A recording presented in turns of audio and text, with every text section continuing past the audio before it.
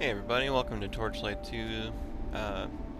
Let's play a little bit of Torchlight 2. So, this just came out yesterday. It's a new game. It's been in development for a couple years. Sequel to Torchlight 1. Action RPG. Click, click, click, kill stuff, get loot. You know the routine.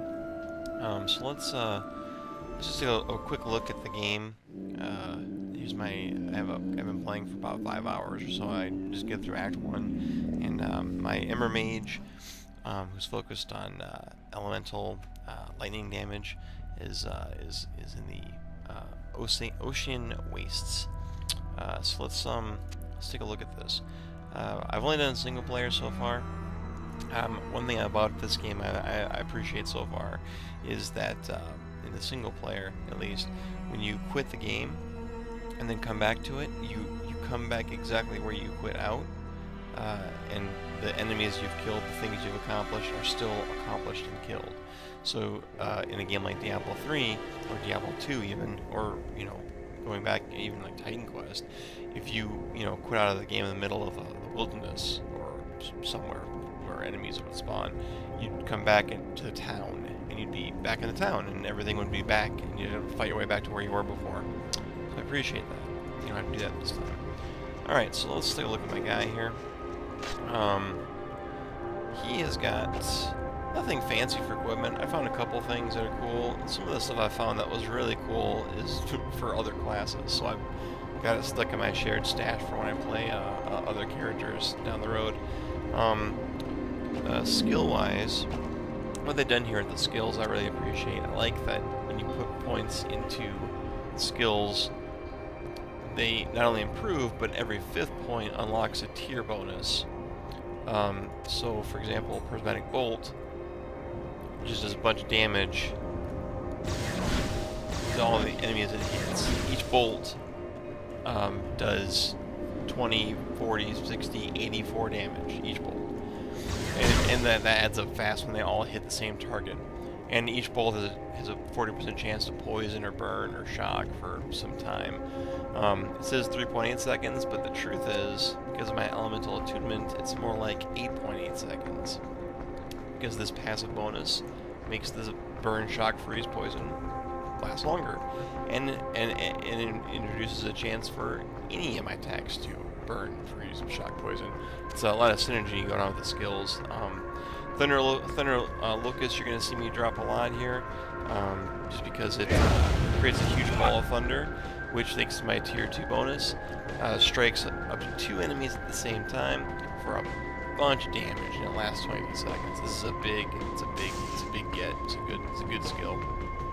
I just before I stopped playing, unlocked Arc Beam. Arc Beam is I can slowly turn lightning beam flamethrower. Enemies that die from it explode on death. It does 10% of my weapon's damage per second stat, which right now my damage, I believe this is the damage my wand is doing, magic damage. Wands are magic damage, so weapon damage, yeah, looks like weapon damage and magic damage, since I'm using a wand or one are the same. So 10% of that, in addition to 16 to 32 damage, which the little asterisk notes it scales with my level. Has a small knockback chance, and as a secondary effect, it does 40% of my weapon damage as electrical damage. So it does quite a bit of damage. All that stacks up and adds up, we'll see how it goes. Because I got this mapped to my right mouse button, along with my Thunder Locust mapped to my right mouse button, I've decided to stop using my wand as a physical weapon, and I put Prismatic Bolt right on my left mouse, so I'm going to attack with it all the time, which means all my abilities to attack cost mana. I can also teleport. It seems like a good one to put a point into. It does damage, and it can knock guys back and freeze them, and it does quite a bit of damage the more you put points into it. However, I only wanted it for the teleport effect to get out of crowds. I imagine a frost-focused character would really love to have a lot of points in it, though. Lastly, I got 1 point in each of the brand passives. Because I'm constantly freezing, shocking, or stunning guys or whatever, these passives, if I attack a character or creature who is burning, frozen, or shocked, I just do a ton of extra damage to them. So I got all three of these active at the same time. I could put points into them to make them do even more damage, but I'm trying to focus on this stuff here for now. So we'll see how it goes down the road. But anyway, let's just explore. I got a couple quests open here. My locust down and take care of these guys.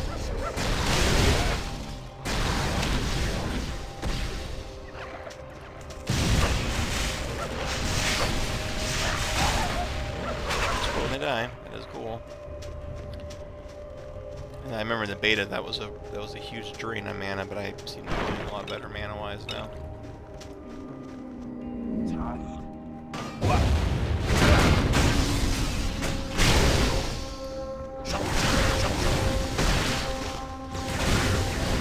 You see that prismatic bolt just tears guys apart. I should really put more points into it. I only put 5 into it. I'm thinking I'd be using someone else by now, but man.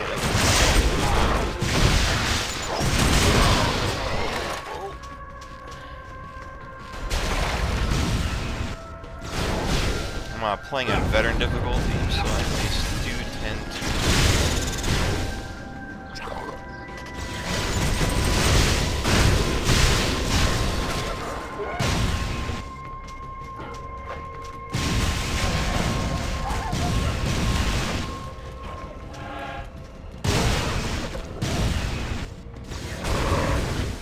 Now my charge bonus is just filled up, so when that fills up, my spells not only are free, they do 20% extra damage.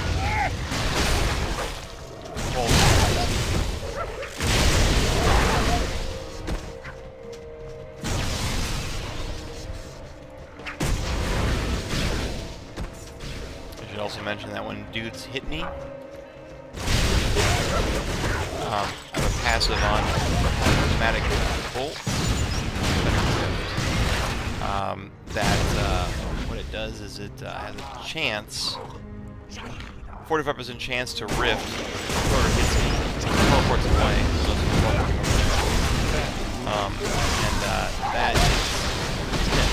that's very good. It's one of my favorite skills. Not only does it teleport them away, half the time it hit me, it applies an elemental stun or frost or shock or something.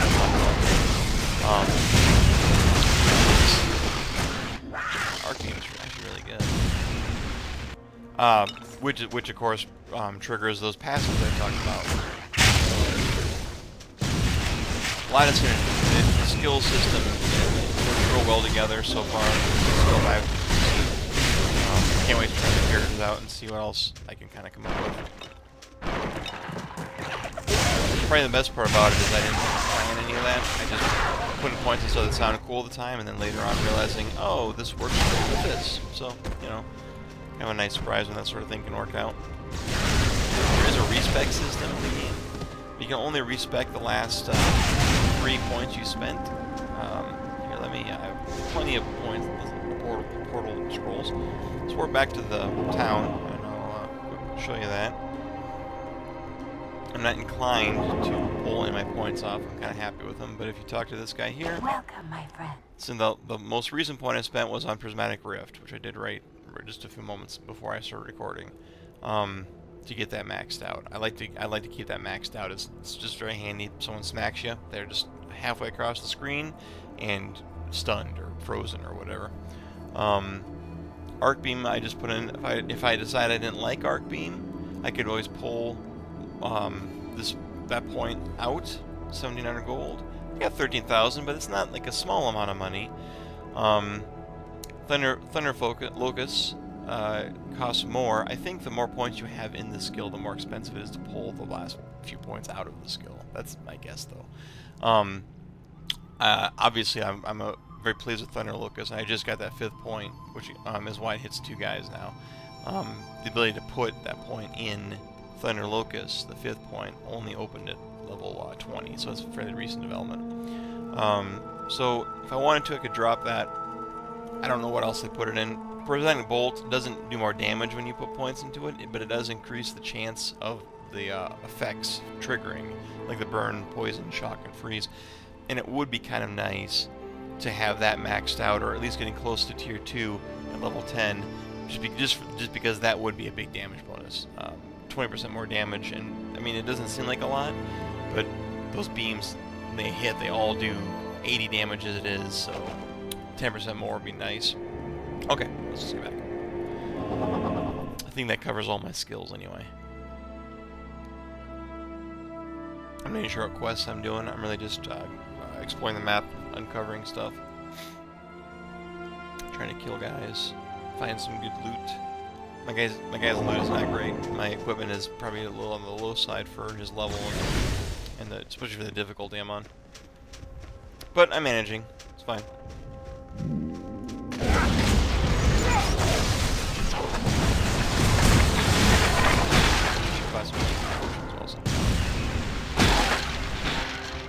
Oh, these are I got my pet. Pets are very cool. I mean, the pets are very cool first as well, so it's not a huge surprise. Alright, they're like projectiles by this bone golem. So my pet has got a couple pieces of nice equipment that he's able to equip.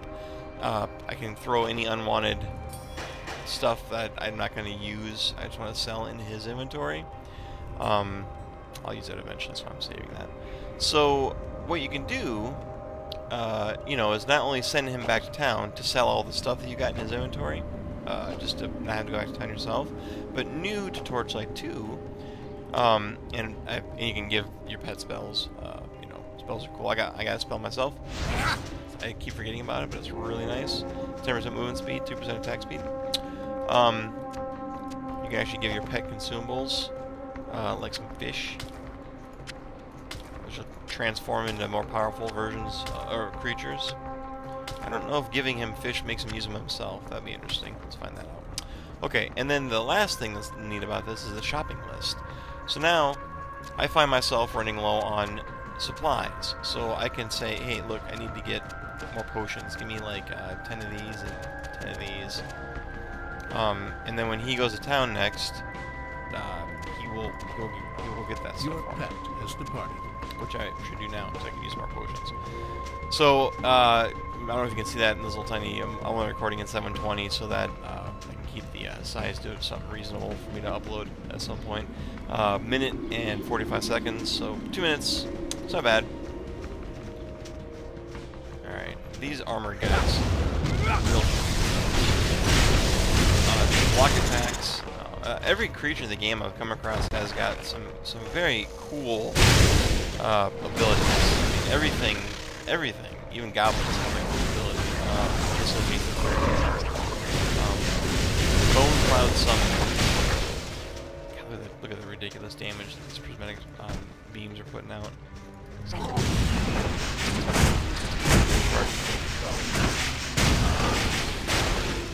So the arc beam is nice, but it doesn't do the damage of the prismatic. Although the prismatic is more of a single target thing. It does less damage against groups. The beam does do more damage. And I'm going to invest in the beam. We'll see how it goes. Alright, the map is cool. You can move it around. Put it in different places. I need to find... This is the main quest. I gotta free some dude from some place here. And recharge a spent ember. I assume that's here. We'll go that direction. Let's see what we can find out. My pet does a lot of damage, and I don't want to get too far from it.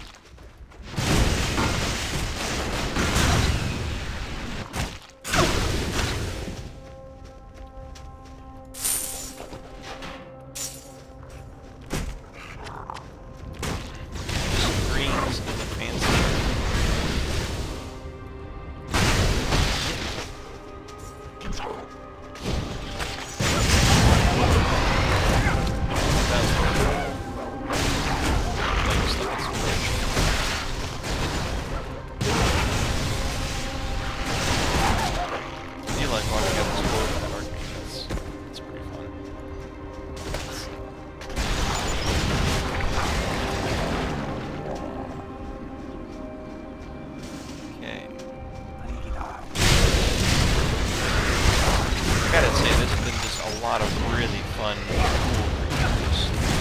Beautifully animated, tons of special abilities, very dangerous. There's definitely some creature types that I'm already like scared of seeing when they pop up.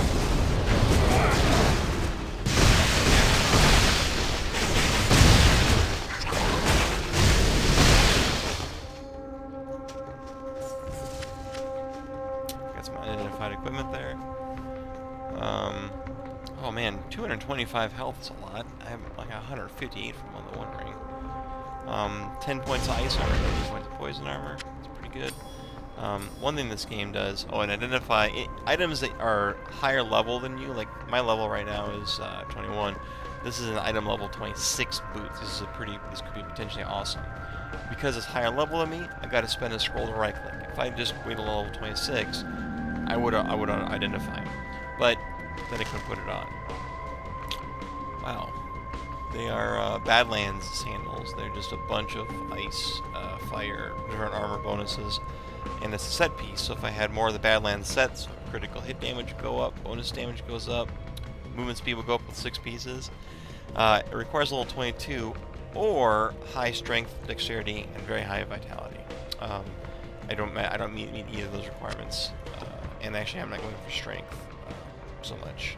So this isn't as good as what I got, but it's cool.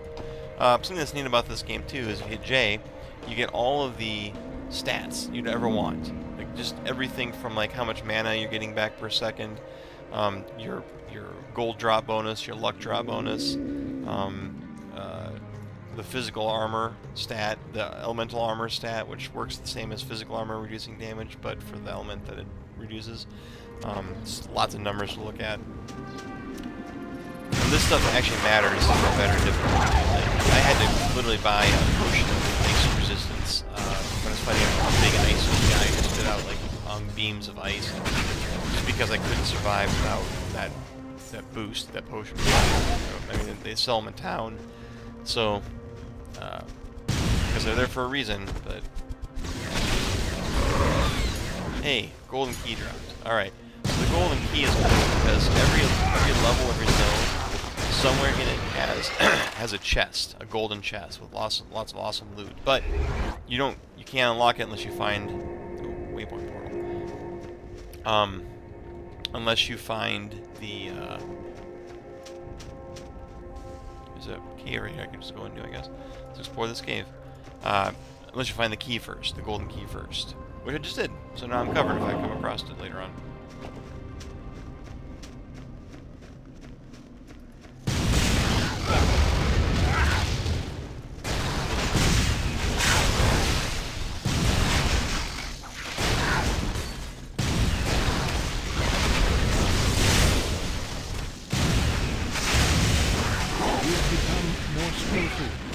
Level. So in tradition, the YouTube tradition of playing Torchlight games like this, I will spend another half an hour playing before I spend my point. No, I'm just kidding. I'll spend my point right now. This is a rough area. I'm going to bump up my vitality yet again. I'm doing plenty of damage. I just need to stay alive. Every stat you put into actually does quite a bit of stuff. Critical chance, dodge chance, fumble recovery. Fumbling's a thing. I have a 21% chance to fumble, which reduces my damage by 64%, but I'm not focused a lot on melee, so that's probably why that's such a high number. I just really like the layout of the stat stuff here. They do a really good job with this. And my point, so I can't put in a point in Thunder Locust yet till 23. I am going to bump my arc beam up just because I want to give it a chance, and having it do yet more damage is obviously the best way to do that. So let's plus eventually I'll get to the point where it'll get to the tier 1 bonus, and then the beam will strike a target and split off and hit 3 other targets, and that seems amazing. So anyway, that's I just wanted to show you real quick Torchlight 2. I hope that gave you an idea of how the game plays and what there is to be excited about. It's definitely amazing. I mean, it's only $20. It's available right now on Steam, $20. I'm not going to compare it to Diablo 3. I really like Diablo 3. For my money, I'm just glad they both exist because they're both amazing games in their own different ways. and sometimes you're in the mood for a lighthearted romp through thousands of enemies, and Torchlight 2 fits that bill well. Sometimes you're in the mood to kind of, do a little more hardcore, long-term character building and growth and investment, and that's more where Diablo 3 comes in. So I think everyone wins. If you enjoy games of this genre, Torchlight 2 is a no-brainer, at least as far as I've seen so far. So thanks again for joining me, and enjoy your day, especially if you end up picking up Torchlight 2. Alright, see you guys later.